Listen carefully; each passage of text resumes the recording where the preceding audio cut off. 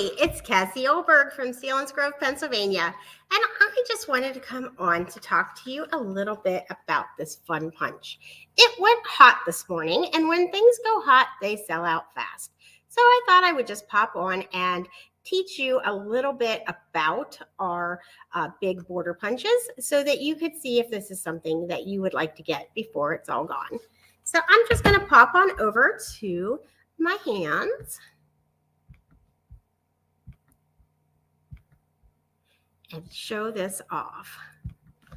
Okay, so let's talk a little bit about punches. There are all kinds of really fun punches that you can use and make a border.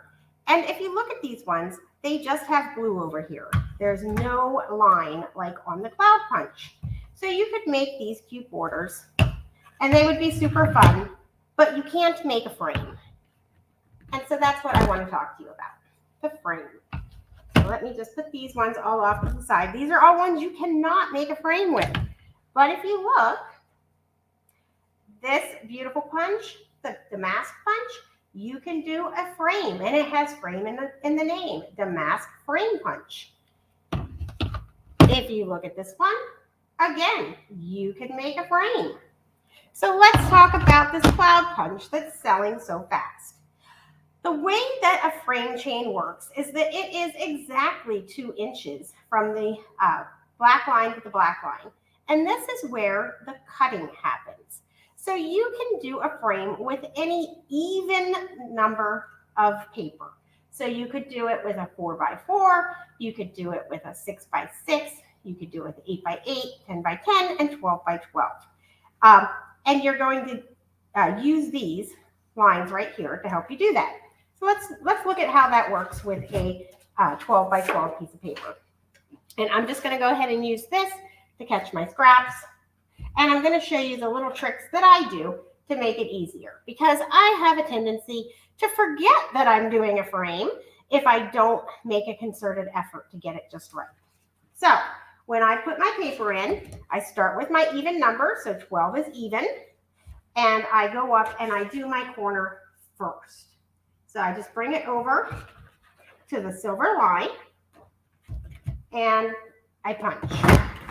And then I turn and I go over here to this silver line and I punch.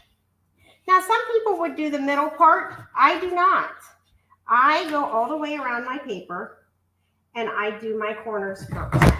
And this stops me from getting carried away because some people claim I am the Energizer Bunny. And it stops me from just going all the way around my paper and messing up and not stopping at my corners. So that's why I do it this way. If you're the type of person that can remember to stop, you don't necessarily have to do your corners first. It just works for me. So we come around doing the corners first, and then we can push this all out of our way. Now, this gives us this in the middle. So all we have to do is put it back in. We line up our pattern on the border. So see how we covered the blue with the paper. And now we are going to punch. We could have just gone all the way across and not done a frame and just done a straight border that went all the way across if we wanted to. But that's not what I was teaching you today. But it does do that look also. So that's what's another fun thing about these frame punches, is that you can get multiple looks. You can get your frame, you can get your straight across punch, and it's just super fun. Let's just go ahead and complete this, and then I'll show you some more fun stuff. Just going to take a second. And what's really fun is that when you go around a 12x12 paper like this, as you can see, it is cutting it down.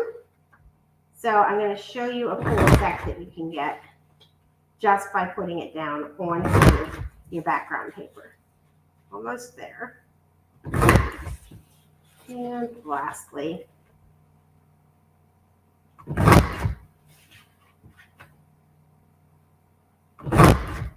I do love a frame punch. Okay, so now we've gone all the way around. And if I just take my background paper, I could put this right down on it and see it would show my background through because it cuts some of it around the edge. So it's no longer quite 12 by 12 once it does its cutting to do its border. Okay, now I am just going to show you something else little and fun that you can do. So you, like I said, you could do this for any size. You can make it 6 by 6. You can make it 8 by 8. As long as it's an even number, it will go around and do just fine. But the smallest thing that you can do is 4 by 4. And when you do that, it just requires one punch in each area. So let's look at what a 4 by 4 looks like. It's 4 by 4 paper. We pop it in and you just line it up in between those two silver lines and you punch. And you're just going to do this all the way around. And some people say that if you do this in white, it looks like popcorn. I'm doing it in blue just because I liked the blue with the cloud, and I think I would use that on a page, so why not make something that I'm going to use later. So if you check this out, you could do that. You could make a cute little box of popcorn, but it's just a fun little thing that you can get, and then you can add some stickers to the center of it. And you can do that with any of the frame punches. The other thing that you can do, and I'll just point this out real quick, is it's 4 inches this way, right? Because we just cut it.